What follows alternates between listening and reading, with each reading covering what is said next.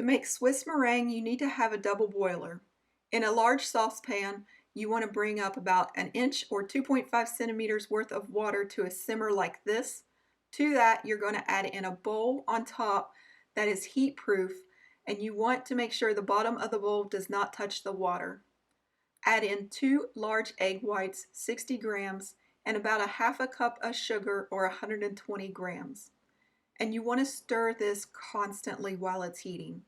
You want to heat this on a very low heat, and you want to stir it until the sugar melts. And you want to stir this continuously until you reach 160 degrees Fahrenheit or 71 degrees Celsius. Now, if you have pasteurized egg whites, you do not have to get it that high of a temperature. You just want to get it until the sugar is no longer grainy. I like to pour it into a separate bowl, carefully wearing oven mitts. That way it will cool down a lot faster. And then you are going to beat this with a mixer on a medium speed until it cools down and you get the peaks you're looking for. I'm looking for a medium stiff peak like that.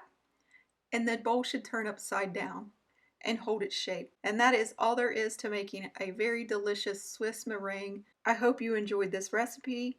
Here are your ingredients if you want to follow along. Thank you for visiting us at jacksonsjob.com, and as always, happy baking.